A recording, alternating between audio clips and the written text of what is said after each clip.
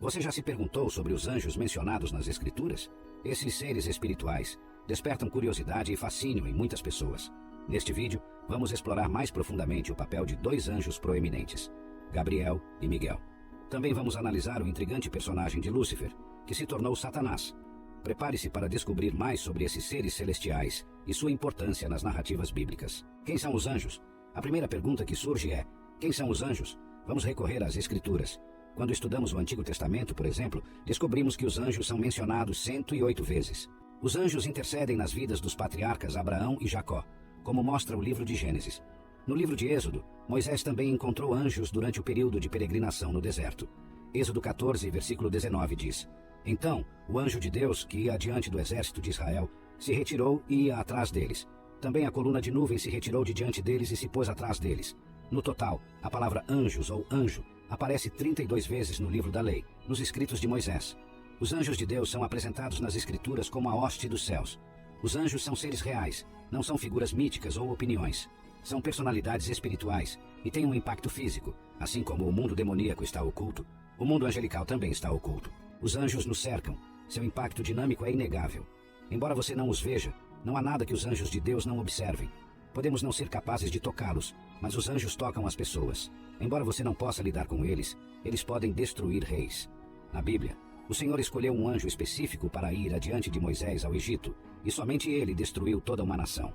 A invencibilidade é uma característica importante dos anjos de Deus. Essa característica indica a diferença entre demônios e anjos. Somente a hoste dos céus se destaca em força. Salmo 103, versículo 20 diz: Bendizei ao Senhor, todos os seus anjos, vós, que excedeis em força, que guardais os seus mandamentos, obedecendo à voz da sua palavra. Houve uma guerra no céu, liderada pelo anjo Miguel contra Satanás e seus anjos. Deus usou seus anjos para enfrentar o exército caído de Satanás. Satanás não conseguiu vencer, e não havia mais lugar ou espaço para ele no céu. Apocalipse 12, versículos 7 e 9 nos diz: Houve peleja no céu. Miguel e os seus anjos pelejaram contra o dragão. Também pelejaram o dragão e os seus anjos, todavia não prevaleceram. Nem mais se achou no céu o lugar deles, e foi expulso o grande dragão, a antiga serpente, que se chama Diabo e Satanás, o sedutor de todo o mundo, sim. Foi atirado para a terra, e com ele, os seus anjos. Em qualquer conflito, os anjos sempre têm sucesso em eliminar completamente a oposição. No mundo, vemos que os anjos nunca falharam. Não há nada que possa se levantar contra você que se iguale à força deles. Eles formam os guarda-costas mais benéficos dos redimidos. Além de se destacarem na força física, os anjos também brilham na inteligência. A viúva de Tocoa e a sabedoria do rei Davi são comparadas à sabedoria dos anjos. Porque, assim como é a sabedoria do anjo de Deus, assim é a sabedoria do meu Senhor, para saber tudo o que há na terra. Segundo Samuel 14, versículo 20. As categorias dos anjos. Nesta parte discutimos seus nomes e posições. Os anjos têm diferentes posições. Nosso Senhor até usou um termo militar em relação aos anjos. Quando Jesus estava prestes a ser levado no jardim, Pedro pegou uma espada e tentou proteger Jesus, aquele que veio a amar. Jesus disse em Mateus 26, versículo 53, Ou pensas tu que eu não poderia agora orar a meu Pai e que ele não me daria mais de 12 legiões de anjos? A palavra legião era uma designação militar romana, que se referia a cerca de 6.000 soldados. Em sentido geral, provavelmente o maior grupo de anjos é o que podemos chamar de anjos comuns. Na maioria das vezes em que os anjos são mencionados na Bíblia, esses anjos não identificados são os que estão sendo referidos. Falar de anjos comuns parece contraditório, pois como esses seres criados extraordinários podem ser considerados algo comum. No entanto, em certo sentido, essa designação é apropriada quando os contrastamos com as várias classes ou ordens únicas de anjos mencionadas na Bíblia. Os querubins são a primeira ordem angelical a aparecer nas Escrituras. Eles aparecem logo após a queda de Adão e Eva da graça. Gênesis 3 relata os eventos no Jardim do Éden. Adão e Eva poderiam ter estendido suas mãos e também ter comido da árvore da vida e vivido para sempre. Depois de violar o mandamento de Deus de não comer da árvore do conhecimento do bem e do mal, Adão e Eva tiveram que ser expulsos do paraíso terrestre. Então o Senhor Deus os expulsou do Jardim do Éden para trabalharem o solo. Após terem sido expulsos, o que teria impedido Adão de retornar ao jardim e desobedecer a Deus novamente?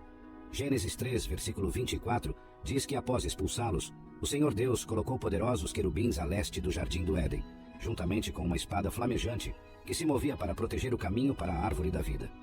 Teria sido uma situação terrível se Adão tivesse provado da árvore da vida, e assim sido confirmado para sempre em sua natureza caída. Por isso, Deus enviou uma guarda de querubins para proteger o acesso à árvore e impedir que isso acontecesse. Curiosamente, A aparição subsequente dos querubins na palavra de Deus está relacionada à recuperação do que foi perdido. Moisés recebeu instruções claras e específicas sobre como fazer diversos objetos que seriam usados no tabernáculo, conforme descrito em Êxodo 25. O primeiro objeto mencionado foi o propiciatório e a Arca da Aliança, onde Deus prometia encontrar-se e comunicar-se com Moisés. E o que Deus escolheu para colocar sobre o propiciatório? Ele escolheu imagens dos querubins em ouro. Veja a interessante descrição que Deus deu a Moisés em Êxodo 25, versículo 18 e 20. Farás também 2 querubins de ouro batido os farás nas 2 extremidades do propiciatório. Farás um querubim na extremidade de uma parte, e o outro querubim na extremidade da outra parte. De uma só peça, com o propiciatório, fareis os querubins nas 2 extremidades dele. Os querubins estenderão as suas asas por cima, cobrindo com elas o propiciatório. As faces deles uma defronte da outra. As faces dos querubins estarão voltadas para o propiciatório. Serafim. Um grupo diferente de anjos, que é especificamente mencionado, são os serafins. A palavra serafim, em hebraico, significa queima ou ardente. O capítulo 6 de Isaías descreve os serafins. O profeta Isaías registrou sua gloriosa visão com as seguintes palavras: No ano em que morreu o rei Uzias, eu vi o Senhor assentado sobre um alto e sublime trono, e as abas de suas vestes enchiam o templo. Serafins estavam por cima dele. Cada um tinha 6 asas, com 2 cobriam o rosto, com 2 cobriam os pés e com 2 voavam. E clamavam uns para os outros, dizendo: Santo, Santo, Santo é o Senhor dos exércitos. Toda a terra está cheia da sua glória. Isaías reconheceu imediatamente que não tinha direito de estar na presença santa de Deus, e ele confessou isso. Ai de mim, estou perdido, porque sou um homem de lábios impuros, habito no meio de um povo de impuros lábios, e os meus olhos viram o Rei, o Senhor dos exércitos.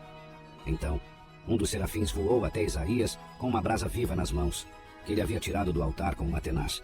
Ele tocou os lábios de Isaías com a brasa e disse: Agora que isto tocou os teus lábios, o teu pecado foi removido, e a tua culpa está perdoada. 4 seres viventes. Outro grupo particular de anjos são os 4 seres viventes. Assim como os serafins, eles possuem 6 asas e estão cheios de olhos ao redor e por dentro. Eles não cessam de proclamar: Santo, Santo, Santo é o Senhor Deus, o Todo-Poderoso, aquele que era, que é e que há de vir. Apocalipse 5, versículos 7 e 19. Os 4 seres viventes são retratados em uma atitude de adoração e louvor, embora em Apocalipse 15, eles também participem do derramamento da ira de Deus sobre as pessoas impenitentes.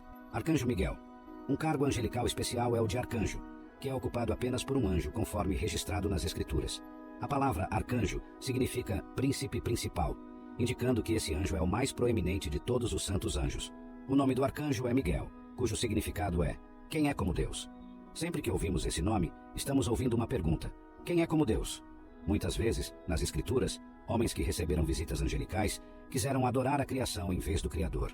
Então, é maravilhoso e grandioso que o nome do arcanjo Miguel nos convide a direcionar nossa atenção para o Deus Todo-Poderoso. O profeta Daniel nos apresenta a Miguel. Daniel estava orando, e Deus enviou uma resposta por meio de um mensageiro que foi impedido em seu caminho, até que Daniel testemunhasse. Porém, o príncipe do reino da Pérsia me resistiu por 21 dias. Mas eis que Miguel, um dos primeiros príncipes, veio para ajudar-me, e eu fiquei ali com os reis da Pérsia. Daniel 10, versículo 13.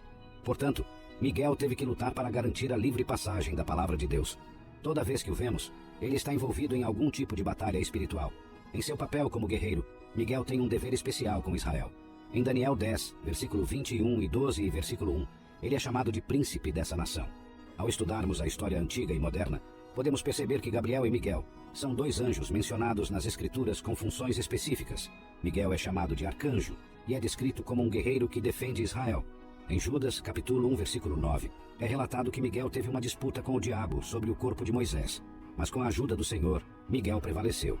Ele é considerado o principal herói de Deus. Quanto a Gabriel, seu nome significa poderoso de Deus. Ele é conhecido por desempenhar o papel de mensageiro divino. Em várias ocasiões no livro de Daniel, Gabriel aparece para fornecer revelações sobre eventos futuros, especialmente relacionados ao reino de Deus.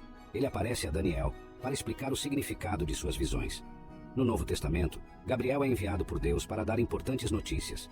Ele aparece a Zacarias para anunciar o nascimento de João Batista e, posteriormente, a Maria, em Nazaré, para anunciar o nascimento de Jesus. Gabriel desempenha um papel crucial na comunicação das mensagens de Deus sobre o reino e o Messias vindouro. Em relação a Lúcifer, descobrimos em Isaías 14, versículo 12, que esse é o nome original do anjo que se tornou Satanás. Lúcifer era um nome associado à sua posição original de destaque no céu, mas devido ao seu orgulho e desejo de se exaltar acima de Deus, ele foi lançado à terra. Atualmente, Ele é descrito como o príncipe deste mundo e é conhecido por vários nomes, incluindo o diabo, Satanás, o acusador e o enganador. Além disso, nas Escrituras, também são mencionados outros grupos de anjos, como os santos, os vigias e os santos anjos. Esses termos referem-se a categorias menores de anjos com funções específicas. É importante lembrar que a compreensão dos anjos com base nas Escrituras é limitada e há muito mistério em torno desses seres espirituais. Acreditamos na existência deles como mensageiros e servos de Deus, cumprindo seus propósitos e desempenhando várias funções. Peço a você que se inscreva em nosso canal e deixe seu gostei, que neste vídeo também gostaria de convidá-los a assistir a um vídeo muito especial intitulado A Volta de Jesus Cristo, os sinais que anunciam o fim dos tempos.